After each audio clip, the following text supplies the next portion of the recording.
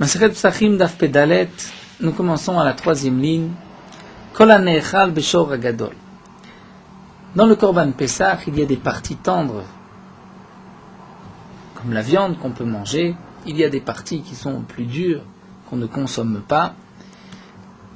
Il y a du cartilage aussi. Est-ce que le cartilage fait partie de ce qu'on doit manger ou de ce qu'on ne va pas manger?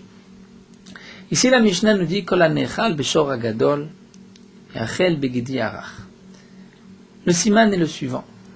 Tout ce qui peut se manger dans un bœuf, un taureau gadol, qui est grand, qui est arrivé à sa maturité, c'est-à-dire même lorsque le shor, toutes les parties tendres ont durci, et si malgré tout il y a une partie qu'on peut consommer, eh bien cette même partie yochal begedi arach pourrait être mangée pour l'agneau, pour le chevreau qui est encore tendre. C'est-à-dire que pour le guédi, le chevreau, il y a évidemment des parties qui sont plus tendres que le shor, et ces parties vont par la suite se durcir. Donc là, la Mishnah nous dit, on ne tient pas compte de la bête telle qu'elle est aujourd'hui, on va imaginer beshor hagadol. Si pour un taureau, cette partie est dure et elle ne peut pas être consommée, même si maintenant pour ce chevreau, cet agneau, cette partie est tendre, on ne pourra pas la consommer, c'est-à-dire on ne pourra pas, ceci n'est pas considéré comme de la viande pour le Korban Pessah. Si quelqu'un n'a reçu ou n'a acheté que cette partie du Korban, il ne s'est pas acquitté de sa mitzvah. Veraché kenafaim, raché kenafaim nous dit la Mishnah, c'est-à-dire raché, la tête des kenafaim, ça peut dire des ailes, c'est plutôt ici des épaules, va srousim, et srousim c'est le cartilage des oreilles.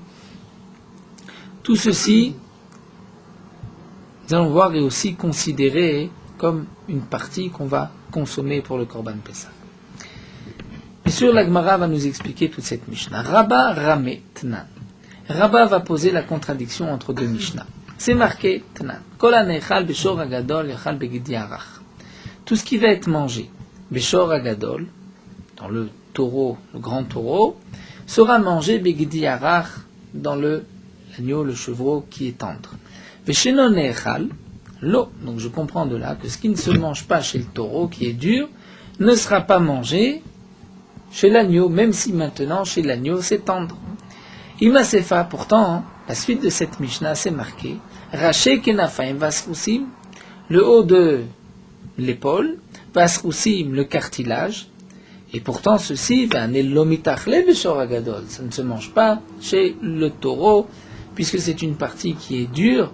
Alors, comment se fait-il que cette partie va être consommée pour le Korban Pessah? La Mishnah elle-même se contredit. Et la Tanaï, donc Rabba va expliquer que c'est une marloquette Tanaïm. Bachri Katane, c'est ainsi qu'il faut lire la Mishnah. Tout ce qui va être mangé chez le taureau, c'est-à-dire même lorsque la bête va grandir, va durcir, tout ce qui est encore mangeable, donc ceci sera mangé pour le tendre chevreau, le tendre petit agneau. Vesheno ne'echal, donc ce qui n'est pas mangé chez le taureau, ne sera pas mangé chez l'agneau. Veyesh omrim, donc c'est une marloquette Tanaïm, certains disent, af raché knafaim vasrousim, même ces parties raché knafaim vasrousim, c'est-à-dire de l'épaule et du cartilage de l'oreille, ceci sera mangé aussi chez l'agneau. Pour quelle raison? Bien que ce n'est pas mangé chez le taureau, Rashi nous explique parce que malgré tout, pour Beshor Hagadol, si on le fait bouillir et cuire énormément, Beshlika, Chalouk, ça peut se manger. Donc d'après ce Yeshomrim, ce qui est mangé après avoir été cuit plusieurs fois, même chez le Shor Hagadol, ça peut se manger, donc ça sera mangé aussi chez l'agneau. Rava Amar, Rava va donner une autre explication, il va dire, il n'y a pas de marloquette Tanaïm, mais la Mishnah elle-même explique Mahen Katane. C'est-à-dire Mahen, quelles sont ses parties? Ve'achi Katane, voici ce que la Mishnah dit. Kol hane'echal beshor hagadol beshalka, yachel begedi arach betzli. Donc la Mishnah elle-même, en vérité, nous dit Rava, il faut rajouter tout ce qui est mangé chez le shor hagadol, lorsqu'on va faire cuire et bouillir énormément la viande et ses parties, sera mangé aussi chez l'agneau, chez le chevreau qui est encore tendre, mais là ça pourrait être mangé même grillé. Ou mahen, Qu'est-ce qui est mangeable chez le shor agadol lorsque c'est chalouk bien cuit et qu'on mangera aussi chez le gdi? C'est raché knafaim, c'est-à-dire les pointes haut des épaules, vasrousim et le cartilage des oreilles. Tana kavate de Rava, nous avons une braïta conforme à l'opinion de Rava. Kol hanechal beshor agadol beshalka yachel begdi arar betzli umaen raché knafaim vasrousim. Donc là on retrouve exactement les mêmes mots dans la braïta comme Rava. Donc ce qui est mangé au shor agadol beshalouk lorsque c'est bien cuit sera mangé aussi chez le gedi grillé, c'est raché knafaim vasrousim et le cartilage. Et la braïta termine en disant Vegidin arakin nidonim kebassar. Gidin arakin, c'est-à-dire les tendons arakin qui sont tendres, nidonim kebassar ont le même statut que la viande. Itmar la Gemara nous rapporte une machloquette entre Rabbi Yochanan et Resh Lakish. Gidin chez Sofan lakshot. Des tendons qui aujourd'hui, chez cet agneau, ce mouton, sont tendres, mais qui par la suite vont durcir. Comme par exemple, nous dit Rashi, c'est les tendons du cou. Chez l'agneau, chez le chevreau, c'est rare, c'est tendre, mais lorsque la bête va vieillir, va grandir, ça deviendra dur. Rabbi Yochanan amar nimnim aleem bepesa. Rabbi Yochanan dit, on peut nimnim aleem, c'est-à-dire on peut s'acquitter, on peut se grouper, même si on n'a à manger que cette partie. Resh Lakish amar en nimnim aleem pesa, on ne pourra pas nimnim, faire partie du groupe sur cette partie seulement du korban. D'après Rabbi Yochanan, donc on tient compte du tendon tel qu'il est aujourd'hui, il est tendre, il est mangeable. D'après Resh Lakish, on tient compte de ce qui sera par la suite. Rabbi Yochanan amar nimnim aleem, donc batar ashla zinan, on tient compte de ce que c'est aujourd'hui, c'est tendre, c'est mangeable. Resh Lakish amar nimnim aleem, puisque batar besof azinan, on tient compte de ce qui sera par la suite, c'est-à-dire ça sera dur et ça ne sera pas mangeable. Et tu verras Resh Lakish de Rabbi Yochanan. Resh Lakish va poser une objection, une question à Rabbi Yochanan. C'est marqué. Kol hanechal beshor agadol yachel begdi arach, notre Mishnah. Tout ce qui est mangé chez le taureau sera mangé chez l'agneau, chez le chevreau, qui est tendre ou mahen. De quoi il s'agit? Raché knafaim vasrousim, le haut des épaules et le cartilage des oreilles. Anein. Donc là, Braïta nous a dit seulement Knafaim et Srousim qui pourront être mangés chez le Shor Agadol. Aval Gidin, mais les tendons chez Sofan, Lakshot, qui vont durcir et qui ne seront pas mangeables, là, on ne pourra pas les manger. Donc ici, Resh Lakish pose une question à Rabbi Yochanan. Tu vois qu'on ne tient pas compte de ce que c'est aujourd'hui, on tient compte de ce qui sera mangeable même plus tard. Amarle, il lui a dit Tane ane voadin la hanach. En vérité, répond Rabbi Yochanan, le Tana n'a pas tout précisé, il a rapporté Raché Knafaim Vasrousim, mais Ouadin pour les autres. C'est-à-dire, Hane Maïtama, ces deux, Raché Knafaim Vasrousim, sont rapportés le haut des épaules, cartilage d'oreille. Pourquoi on peut les manger? Be'amitach le Beshor Agadol Beshalka, même si on ne peut pas les manger en les faisant cuire simplement, si c'est le cartilage d'un taureau, mais comme nous l'avons vu, si on le fait bouillir énormément, c'est mangeable, ça peut se manger. Donc Rabbi Yochanan dit à Resh Lakish, pour quelle raison le cartilage des oreilles, Raché Knafaim, le haut des épaules, peuvent être mangés, puisque même chez le Shor Hagadol, si on le fait cuire énormément, ça se mange. Eh bien, Hanach Namem et Tachle Beshor Hagadol Beshalka, même les tendons du cou, si c'est dans le Shor Hagadol, si on le fait bouillir énormément, ça se mange. Donc, d'après Rabbi Yochanan, on pourra malgré tout les manger maintenant. Amarle Rabbi Yirmiyah le Rabbi Avi. Rabbi Yirmiyah dit à Rabbi Avi, Kazalta le kame de Rabbi Avaou, lorsque tu iras voir Rabbi Avaou, Ramele, pose-lui la contradiction suivante. Miyama Rabbi Yochanan. Est-ce que Rabbi Yochanan a dit que Gidin, chez Sofan, Lakshon, Imlim, Alem et Pessar, que les tendons qui vont par la suite durcir, on pourra s'associer au Korban Pessar et faire partie du groupe sur ces tendons? Donc, Alma Batar Ashta Zinan, ça veut dire que d'après Rabbi Yochanan, on tient compte si maintenant on peut manger cette partie de la bête ou pas. Et pourtant, va Abaye Miner Resh Lakish mi Rabbi Yochanan. Pourtant, dans Masechet Chulin, Resh Lakish pose la question suivante à Rabbi Yochanan et lui demande Or Arosh Shel Egel Arach, la peau de la tête d'un Egel Arach, c'est-à-dire d'un veau Arach, Rashi nous explique c'est un veau de lait qui jusqu'à présent n'a que bu le lait de sa mère. Maou Sheitame, est-ce que cette peau peut avoir l'impureté de Tumat Ochlim. C'est-à-dire, nous savons dans Masechet Chulin, Gagman nous dit dans le Perek Haor Va'arotev, que la peau n'est pas considérée comme un aliment par rapport à Touma et Tahara. Ça a d'autres statuts par rapport au dinim de Touma et Tahara. Mais malgré tout, la peau tendre du veau de lait, puisque c'est mangeable, c'est tendre, là, Resh Lakish pose la question à Rabbi Yochanan, est-ce que la peau a le même statut que la viande? Et donc, il pourra y avoir l'impureté de Tumat Ochlim. Va Marlo. Et Rabbi Yochanan a répondu, En metame. Le or à roche ne rend pas impur. Pourquoi il ne rend pas impur? Alma betar batar besof azlinan. Donc tu vois qu'on tient compte besof, c'est-à-dire même si aujourd'hui la peau est tendre, elle se mange, mais puisque plus tard, lorsque le veau va grandir, ça deviendra un taureau, à ce moment-là, ça ne se mangera plus, donc la peau n'a pas le statut de la viande. Donc tu vois que d'après Rabbi Yochanan, on ne tient pas compte batar ashta de ce qui se passe aujourd'hui, mais de batar besof, de ce qu'il y aura par la suite. À Marley, il lui a répondu, des Ramelechaha, celui qui t'a posé cette contradiction, Lochash le kimche. Ne fais pas attention qu'est-ce qu'il est en train de moudre, s'il moud du blé ou pesolet, nous dit Rashi, c'est-à-dire les résidus du blé. Pourquoi ce n'est pas une question? Ha'adarbe Rabbi Yochanan le gabé de Resh Lakish. En vérité, Rabbi Yochanan a changé d'avis, et Rabbi Yochanan a donc été d'accord avec Resh Lakish, il nous dit Rashi, il a changé d'avis sur le din de Guidin, des tendons chez Sofon Lakshot qui vont par la suite durcir, où Rabbi Yochanan pense effectivement comme Resh Lakish qu'on ne tient pas compte de l'état de ce tendon maintenant, mais de ce qu'il sera par la suite comme Resh Lakish. Et Rashi nous rapporte une preuve de la question de Resh Lakish. Nous avons une preuve que Rabbi Yochanan a changé d'avis. Ve'amarle, il lui a dit, c'est-à-dire lorsque Resh Lakish avait posé une question à Rabbi Yochanan lui a dit, elle ne me contrarie pas, elle ne me pose pas de questions, puisqu'en vérité, cette braïta, c'est la Shon Yachid, c'est le cas, c'est la vie d'un particulier, d'un seul Tana. Et donc, à ce moment-là, Rabbi Yochanan s'est donc rendu compte que la preuve, cet enseignement que lui tenait, qu'on tient compte de ce que c'est aujourd'hui, c'est la vie seulement d'un Yachid, mais Rabbi Yochanan a changé d'avis par la suite, et donc, accepte qu'on ne tient pas compte de l'état du tendon aujourd'hui, si on peut le manger ou pas, mais de ce qu'il sera lorsque la bête grandira. La Mishnah nous dit, celui qui brise les os du Korban Pessah, d'un Korban Pessah qui est pur, et donc on peut manger.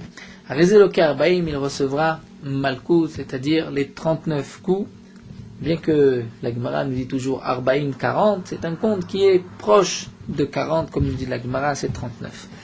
Donc l'interdiction de briser les os du Korban Pessah, c'est seulement lorsque le Korban Pessah est taor et pur. Avala motir betaor, ça c'est ce que la Gemara nous avait rapporté plus haut, dans le Daf Pegimel, celui qui laisse de la viande d'un Korban Pessah qui est pur, donc il transgresse l'interdiction de l'autotir ou minat boker, de ne pas laisser la viande jusqu'au matin, va chover betame, celui qui brise les os d'un Korban Pessah impur, et ne loket arbaim, il ne reçoit pas les malkout. Bishlama l'agman explique motir betaor, encore le digne de motir betaor, celui qui laisse de la viande pure, je comprends pourquoi il n'y a pas de malkout. Détania, c'est marqué l'autotiru mimenu ad boker, vous n'en laisserez pas jusqu'au matin, vanotar mimenu ad boker, et la Torah dit, si vous laissez jusqu'au matin, vous le brûlerez. Donc nous avons le principe de ba katuv litenase achalotase, après l'interdiction vient un commandement positif, brûle-le, pour nous dire She'en loke qu'il n'y a pas de malkout, c'est le principe du lav anita kleese, lorsqu'il y a une interdiction, qu'ensuite la Torah nous donne, entre guillemets, sa réparation, il n'y a pas de malkout. Div Rabbi Yuda, sont les paroles de Rabbi Yuda. Rabbi Yaakov Omer, l'homme inachem ouzé, d'après Rabbi Yaakov, ce n'est pas là la raison, et la mission d'avait lav shen bo maase, c'est simplement parce qu'il n'y a pas d'action, ven lokim alav, puisque sur un commandement négatif qui a été transgressé sans maase, sans action, il n'y a pas de malkout. Donc encore, nous dit l'agma, le digne de motir, si on laisse de la viande pure, je comprends qu'il n'y a pas de malkout pour ces deux raisons. Et la chover betame minala, mais comment se fait-il que si on brise les os du Korban Pessah, alors que le Korban Pessah est impur, pourquoi il n'y a pas de lave d'interdiction? Là, Markra, l'agma répond, ce que nous avons vu plus haut, le pasuk dit, ve'etzem notish berubo, vous ne briserez pas des os du Korban Pessah, bo, c'est seulement Bekacher lorsqu'il est kacher, velo Bepasoul, et non pas lorsqu'il est pasoul. Donc là, la Torah précise seulement lorsque le korban est kacher. Lorsque le korban est pasoul, il est tamé, il n'y a pas d'interdiction de briser les os. Tanu Rabbanan, l'Agmara nous rapporte une braïta. Donc toujours cette interdiction de briser les os du Korban Pessah. C'est marqué dans la Torah, Ve'etzem lo tishberu, vous ne briserez pas un os du Korban Pessah. Puisque c'est marqué beau du Korban, on déduit de la beau, pourquoi la Torah précise Ve'etzem lo tishberu, on parle du Korban Pessah, beau pour nous dire seulement de ce Korban, Bekacher lorsqu'il est kacher, velo bepasoul, et non pas lorsqu'il est pasoul. Lorsque le korban est pasoul, dans ce cas-là, il n'y a pas d'interdiction de briser les os, comme nous l'avons vu donc juste avant. Par exemple, dans le cas où la viande, le korban est impur, il n'y a plus d'interdiction de briser les os. Rabbi Omer, Rabbi rajoute et dit, Bebayit echad yachel ve'etzem lo tishberu bo. C'est-à-dire dans la Torah, le pasuk nous dit le Korban Pessah sera mangé dans une seule maison. Ve'etzem lo tishberu bo, et vous ne briserez pas des os du Korban Pessah. Donc la Torah fait un lien entre Bebayit echad yachel, on va manger le Korban Pessah et on ne brisera pas d'os. Nous dit Rabbi, Kol haroui la'achila yeshbo mishum shverat etzem. Tout Korban qui est raoui la'achila, qui est apte à être mangé, qui peut être mangé, il y a une interdiction de briser les os. Lorsqu'il n'y a pas, lorsque le korban n'est pas apte à être mangé, il n'y a pas d'interdiction de briser les os. Donc nous avons, a priori, une marloquette entre Tanakama et Rabbi. Et l'Agma demande, Maï Benayou, quelle est la différence, quelle est la conséquence de leur marloquette, dans quel cas nous avons une marloquette entre Rabbi et Tanakama, puisque après tout, chaque fois que le korban n'est pas soul, on ne peut pas le manger. Donc, quelle est la différence entre l'explication de Rabbi et celle de Tanakama? La Gemara va nous rapporter 8 explications. Donc, il y a 8 Amoraïm qui vont expliquer cette marloquette. Tout d'abord, Rabbi Irmia. Amar Rabbi Irmia, Pesach haba betuma ika benayu. La différence entre Rabbi et Tanakama, c'est lorsque le korban Pesach est apporté alors que tout le peuple d'Israël est impur. Donc, ce korban Pesach sera mangé, puisque le korban Pesach qui est offert en état d'impureté sera aussi consommé. Et là, il est consommé, mais il n'est pas cachère. Donc l'Agman dit, les mandama cachère, d'après celui qui dit que le korban doit être cachère pour qu'il y ait une interdiction de briser les os. Haï pasoul, et nous tournons la page. Ce korban n'est pas soul. Pourquoi? Puisqu'il a été fait bepastout. C'est vrai qu'il n'est pas vraiment pas soul, puisqu'on a le droit de le faire betum'a. Mais Rashi nous dit, nous avons la règle que Touma déchouillé betsibour. La Touma a été simplement repoussée betsibour. Donc il y a quand même un psoul. Le korban est pas soul, seulement la Torah dit on pourra l'offrir. Donc d'après Tanakama, puisque ce korban n'est pas soul, il n'y a pas d'interdiction de briser les os. Et Mandamaru ila achila, mais d'après Rabbi qui a dit que tout dépend si on peut le manger ou pas, Hanamera ou ila achila, ce korban on peut le manger. Et donc, d'après Rabbi, il devrait y avoir l'interdiction de briser des os. Mais Rav Yosef n'est pas d'accord. Rav Yosef Amar Kai Gavna Dekulal Mod Mushim Shiur Taïtsen. Dans ce cas-là, tout le monde est d'accord qu'il n'y a pas d'interdiction de briser les os. Même Rabbi serait d'accord qu'il n'y a pas d'interdiction. Là, nous avons quelques mots, ça dépend les versions, est-ce qu'on doit les lire ou pas. Si on les lit, c'est des Rabbi la koulé kaate. D'après Rav Yosef, Rabbi vient permettre ce que Tanakama interdit et non pas, comme l'a expliqué Rabbi Irmia, Rabbi viendrait interdire de briser les os là où Tanakama l'a permis. En tout cas, Rav Yosef n'est pas d'accord avec l'explication de Rabbi Irmia. Il dit que dans tous les cas, lorsque le korban Pessah a été offert Betouma en état d'impureté, il n'y a pas d'interdiction de briser les os. Vehaï apasoulou, et donc nous dit Rav Yosef, dans ce cas du korban, c'est sûr qu'il est pasoul, puisqu'il est pasoul, c'est vrai qu'on a le droit de l'offrir betouma, mais c'est un korban qui est pasoul, puisqu'il est pasoul, il n'y a pas d'interdiction de briser les os. Et là, où est-ce que se situe la marloquette? Lorsque le korban a eu un moment où il était cachère, c'est-à-dire on a aspergé le sang, le korban était cachère, ensuite le korban est devenu impur. Puisque il a eu sha'ata kosher, c'est-à-dire il y a eu un moment où le korban a pu être mangé. Dans ce cas-là, les mandamar kasher, d'après Tanakama qui dit que tout dépend est-ce que le korban est kasher ou pas, ha kasher ou ce korban est kasher, puisqu'il a eu la zrika, le sang a été aspergé. C'est vrai que maintenant on ne peut plus manger le korban, mais le korban en lui-même est kasher. Donc il y a une interdiction de briser les os. Le mandamar ou l'achila, mais d'après Rabbi qui dit que tout dépend si on peut le manger ou pas, ha ashta lavra ou l'achila, ou dans ce cas-là, on ne peut pas le manger, il n'est pas raoui l'achila puisqu'il est impur, et donc d'après Rabbi, il n'y a pas d'interdiction de briser les os. Ça c'est donc deuxième explication, c'est celle de Rav Yosef. Abaye Amar, Abaye nous dit que non. Abaye n'est pas d'accord avec Rav Yosef et pense que dans ce cas-là, lorsqu'il y a eu la Zrika Bekashrut et qu'ensuite le Korban Pessar était impur, ou bien il est sorti en dehors de la ville, tout le monde est d'accord que dans ce cas-là, il n'y a pas d'interdiction de briser les os.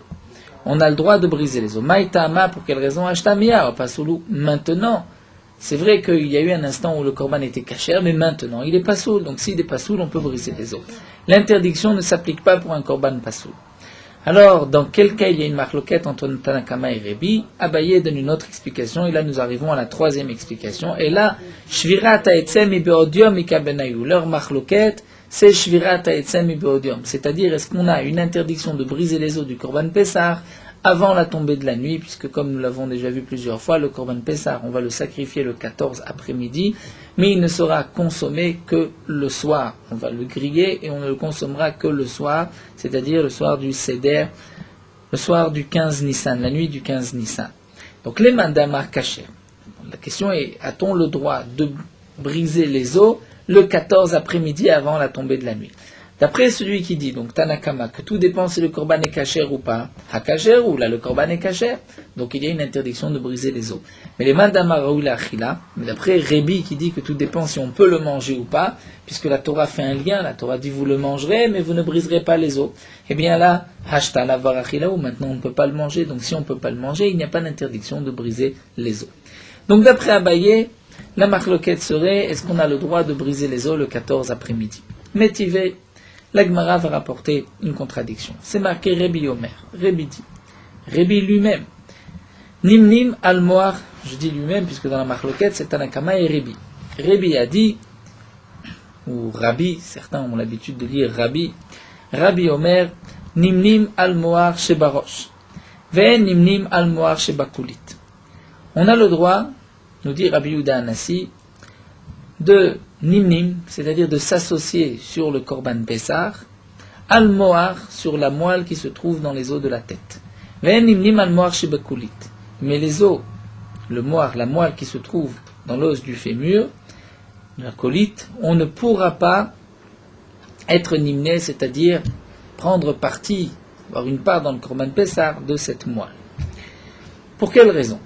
La moelle, comme nous l'avons vu, fait partie de la viande. Et nous avons un problème, puisque la moelle, nous ne pouvons pas l'atteindre, puisqu'on ne peut pas briser l'os du korban Pessah. Donc comment se fait-il que sur le moar, la moelle de la tête, on peut être nimné, c'est-à-dire on peut faire partie du korban même s'il ne reste que ça, et pas sur l'os, sur la moelle de l'os du fémur? Nagmara explique, pour quelle raison on peut être nimné sur la moelle de la tête, puisque on peut faire sortir la moelle, nous dit Rashi, par le nez, sans briser les os, donc on a cette possibilité de le faire sortir et de le consommer, donc on peut être nimné sur la moelle de la tête. Donc là, la Gemara vient poser une question, d'après Rabbi lui-même. Si on dit que nous avons le droit de briser les os du Korban Pessar le 14 après-midi. Si c'est ainsi, on pourrait aussi casser l'os du fémur, mais avant la tombée de la nuit, les mordidés, enlever la moelle de l'intérieur, et donc s'associer et prendre parti au Korban Pessar par cette moelle. Donc comment se fait-il que Rabbi dans la Braïta nous dit que si vraiment on peut briser les os avant la tombée de la nuit, eh bien on n'a qu'à briser cet os, faire sortir la moelle, et donc on pourra consommer et on pourra prendre part au Korban Pessar grâce à cette moelle. Amar lecha Abaye, donc Abaye, c'est une question contre Abaye, Abaye te répond et te dit Veli ta mère, mais même d'après toi, Mishecha Shecha, une fois la tombée de la nuit venue, on a aussi la possibilité de faire sortir la moelle de cet os. Comment ça? C'est vrai qu'on ne peut pas briser l'os, mais on peut le brûler, comme nous allons le voir, il n'y a pas d'interdiction de le brûler. Donc il suffit de prendre une braise, de poser cette braise sur l'os, de faire un trou, et ensuite de récupérer la moelle. Donc Abaye va poser la question, et pourquoi on ne le fait pas? C'est qu'il y a une raison. Eh bien, on va trouver aussi une raison pour laquelle on ne va pas briser les os le 14 après-midi, bien qu'on aurait pu le faire. Donc Abaye me dit, ta mère d'après toi, Mishicha Shechaname, et une fois la tombée de la nuit venue aussi, Neite Gumerte, on n'a qu'à apporter une braise. Venichot, allez, on va la poser sur l'os. Venikla, et la braise va brûler l'os. Venafka les mordidés, on pourra faire sortir la moelle qui se trouve à l'intérieur. Donc on pourra s'associer sur la moelle de l'os du fémur. D'Atania, puisque nous avons une braïta qui dit Avala Sorevat Samot, celui qui brûle les os. Vamechater Bigidim, ou celui qui coupe les tendons. En bom Mishum Shvirat Haetzem, il n'y a pas d'interdiction de briser les os. Briser les os, c'est lorsqu'on les brise, non pas lorsqu'on les brûle. Et la Maït Lecha Lemima. Donc nous dit Abaye, quelle va être ta réponse? Pourquoi on ne peut pas le brûler, même une fois la tombée de la nuit venue? Eh bien, nous avons deux réponses. Abaye Ama Mishum Paka. Abaye dit, on craint que par la braise, peut-être que en posant la braise ici, l'os va se fêler, va se briser ailleurs, et là on aura transgressé l'interdiction de Shivira, puisque ce n'est plus brûlé, l'os s'est brisé par la chaleur. Rava Amar, Rava donne une autre raison, Mishum Efset Kodashim. Si on va brûler à un endroit précis l'os, peut-être que la braise va aussi brûler un peu de moelle, et donc on va perdre une partie de ces Kodashim, des Kamafsidle Beyadaim. Et là tu vas les abîmer par une action. Même si de toutes les manières la moelle tu ne peux pas la consommer puisque tu ne peux pas briser les os, mais tu ne vas pas la jeter, l'abîmer par une action. Là, si tu poses la braise, tu risques par cette action-là de brûler de la moelle. Dima Achinora Mordide. Peut-être que le feu va brûler de la moelle de cet os, et donc c'est pour cela qu'on ne peut pas apporter une braise et brûler l'os, faire un trou une fois la tombée de la nuit est venue. Donc l'Agma continue. Mi beodium name. Quelle était ta question? Pourquoi on ne peut pas prendre Mibéodium, avant la tombée de la nuit, on pourrait briser l'os, puisqu'il n'y a pas d'interdiction, et bien là aussi on trouve une raison. Xera Mibéodium atumi shechashira. On a interdit avant la tombée de la nuit à cause de shechashira, à cause de, peut-être qu'on risque ensuite, une fois la tombée de la nuit venue, de briser l'os. Donc c'est en vérité qu'une xéra, mais c'est vrai que théoriquement on aurait pu briser l'os avant la tombée de la nuit, puisque d'après Abaye c'est permis, d'après Rabbi. Rav Papa Ama. Nagma continue, et Rav Papa n'est pas d'accord avec l'explication de Abaye, puisque Rav Papa nous dit Kol gavna kulalma yeshbo mishum shvirat haetzem. En vérité, de couper les os, briser les os. Le 14 après-midi, tout le monde est d'accord que c'est interdit, même d'après Révi, c'est interdit. Maïtama, pour quelle raison? Leurta mirzelachila, étant donné qu'on pourra le manger le soir. C'est vrai que maintenant on ne peut pas le manger, mais on pourra le manger le soir. Puisqu'on pourra manger le Korban Pessar le soir, même d'après Révi, c'est interdit. C'est vrai que le Passou fait un lien entre tu mangeras le Korban, tu ne briseras pas les os, mais ce Korban pourra être mangé. Et là, Rav Papa va donner une quatrième explication. Quelle est la marloquette entre Tanakama et Rébi? Et là, Bever Shiatsa Miksato Kamiflig. En vérité, on parle d'un membre du Korban Pessar, pas un pied du Korban, qui est sorti Miksato en partie, Kamiflig. Et nous avons une halakha que lorsque le membre d'une bête est sorti de la Hazara, lorsque les limites sont la Hazara, ou de la ville de Yerushalayim, comme pour le Korban Pessar, puisque la limite du Korban Pessar, c'est la ville de Yerushalayim, on peut manger dans toute la ville. Lorsque un membre va sortir, il y a un psoul de Yotse sur cette partie, et il faudra bien sûr, comme nous allons le voir, couper cette partie. Comment va-t-on faire? Nous le verrons, l'Agma nous rapportera par la suite la Mishnah du Daf Pehe Amoud Bet. Et donc là, l'Agma nous dit, la marloquette entre Tanakama et Rébi, c'est un membre Shiatsa Miksato qui est sorti, Miksato, une partie, qui est sortie, dire en partie. Manda Amar Kacher. D'après Tanakama qui dit tout dépend si le Korban est Kacher ou pas, pour savoir s'il y a une interdiction, Ha Kacheru.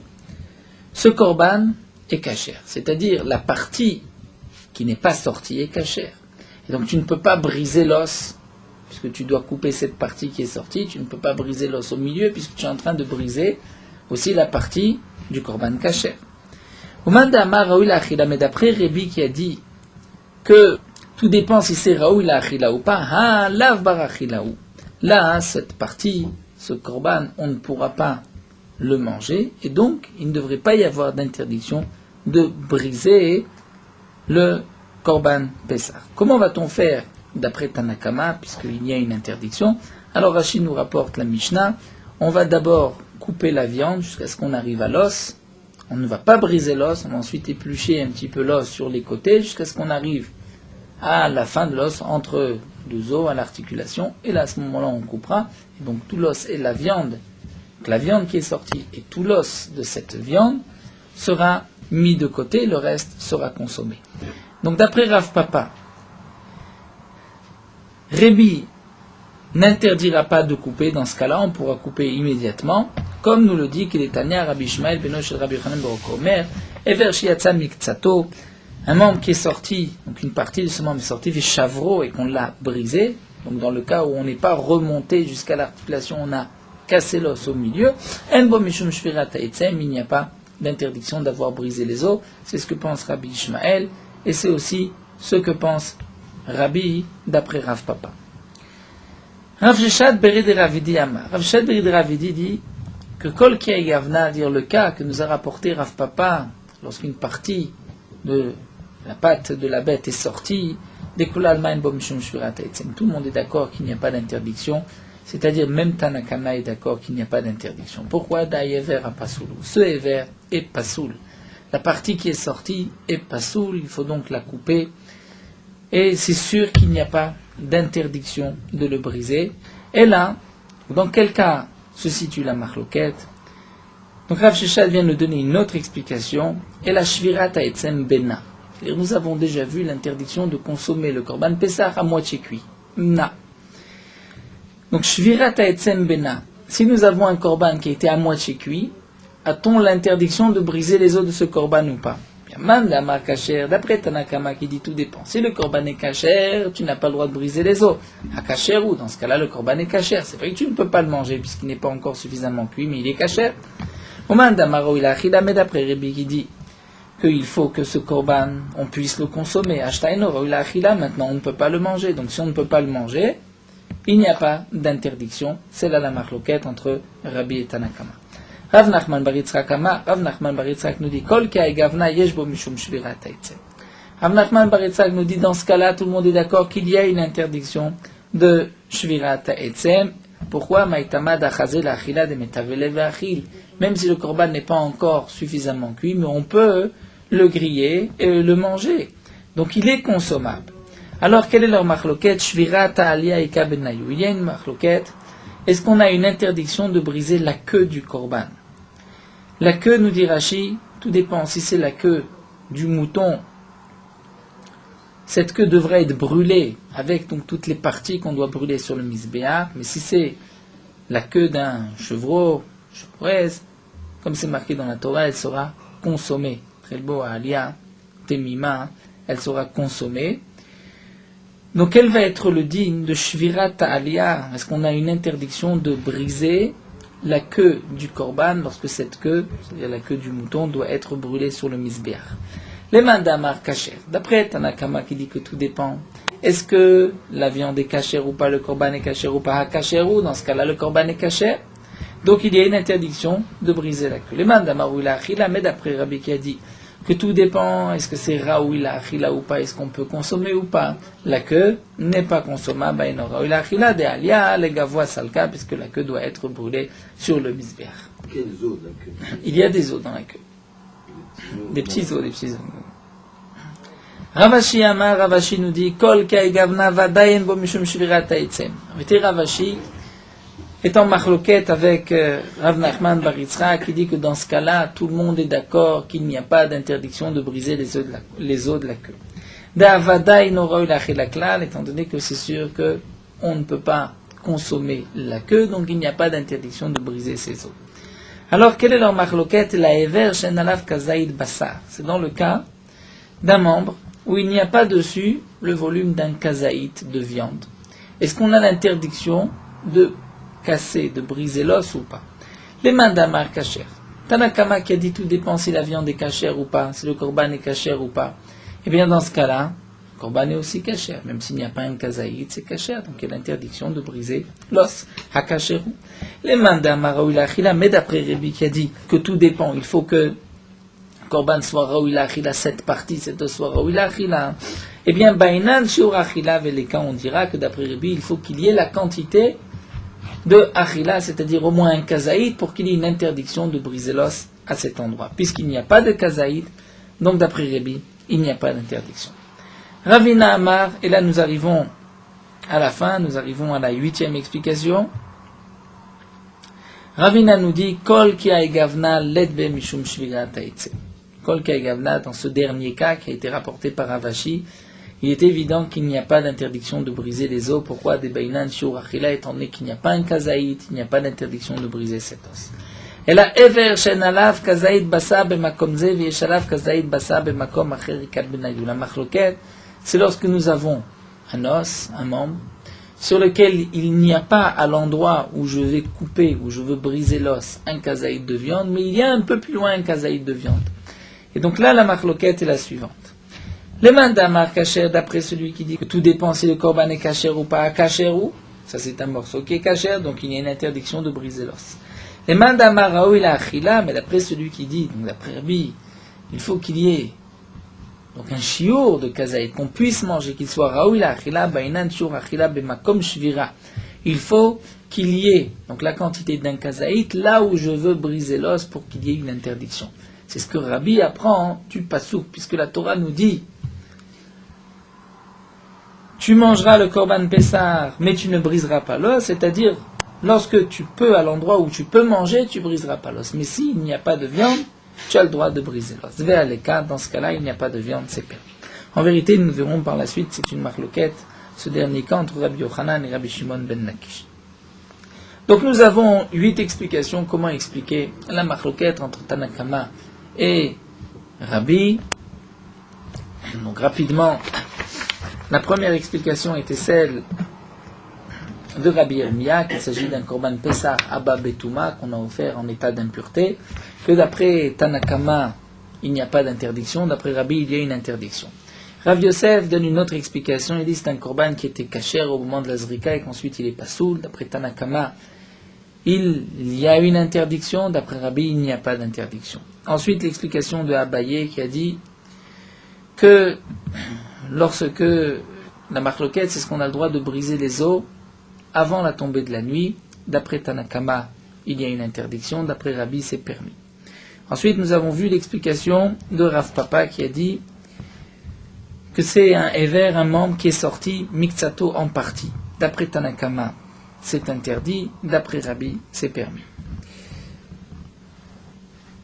Rav Sheshat Berid Ravidi vient donner la 5e explication et vient nous dire la marloquette, c'est lorsque nous avons un korban Pessah qui n'est pas entièrement cuit. Est-ce que nous avons l'interdiction de briser l'os ou pas? D'après Tanakama, il y a une interdiction. D'après Rabbi, il n'y a pas d'interdiction. Rav Nachman bar Yitzchak vient donner la 6e explication. C'est dans le cas où on vient briser la queue. D'après Tanakama, il y a une interdiction. D'après Rabbi, il n'y a pas d'interdiction. Ravashi donne la 7e explication. D'après Ravashi, c'est un membre qui n'a pas un os qui n'a pas d'un kazaïd. D'après Tanakama, il y a une interdiction. D'après Rabbi, il n'y a pas d'interdiction. Et Ravina est la 8e explication de la marloquette. À l'endroit où je vais briser l'os, il n'y a pas de kazaïd, mais il y a plus loin un kazaïd. D'après Tanakama, c'est interdit. D'après Rabbi, c'est permis. La Gemara termine avec une braïta, Tanya Ka'arba Minayu. Nous avons une braïta qui va dans le même sens que 4 de ces Amoraïm. De Tanya, la braïta nous dit Rabbi Omer, le korban Pessah sera mangé dans une maison et on ne brisera pas un os du korban. À la kasher ou chayav et no chayav à la pasoul. Il y a une interdiction, donc un chiyuv si on brise d'un korban kasher, mais non pas si c'est un korban qui est pasoul. Et là, la braïta vient expliquer que signifie kasher et pasoul. Aïta lo shata kosher, venifsal b'shat achila, en bo shvira, shum shvira ta'itzem. Donc s'il y avait un chat à kosher, un moment où le korban était kasher, et qu'ensuite le korban est devenu pasoul, il n'y a pas de shvirat ha'etzem, il n'y a pas d'interdiction, étant donné que ce korban ne peut pas être consommé d'après Rabbi. Donc ça c'est déjà comme l'explication de Rav Yosef.